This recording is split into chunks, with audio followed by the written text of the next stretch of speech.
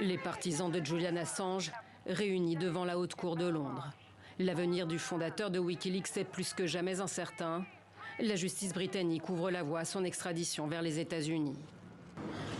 Le Royaume-Uni emprisonne les journalistes.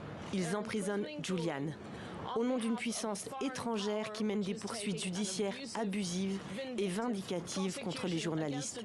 C'est de ça dont il s'agit. Il y a près d'un an pourtant, en première instance, une juge avait refusé de livrer Julian Assange à la justice américaine, craignant pour sa santé mentale.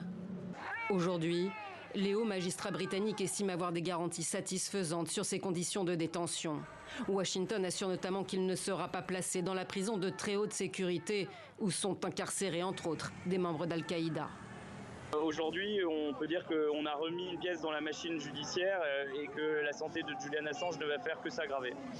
Les États-Unis reprochent à l'Australien la publication sur son site Wikileaks de plusieurs centaines de milliers de documents classifiés sur les activités militaires et diplomatiques américaines, en Irak et en Afghanistan en particulier.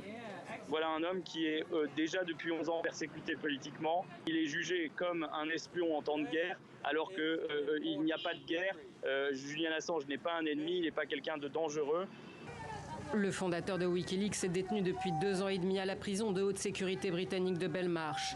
Aux États-Unis, il risque jusqu'à 175 ans de prison. Ses avocats ont d'ores et déjà annoncé leur volonté de saisir la Cour suprême britannique.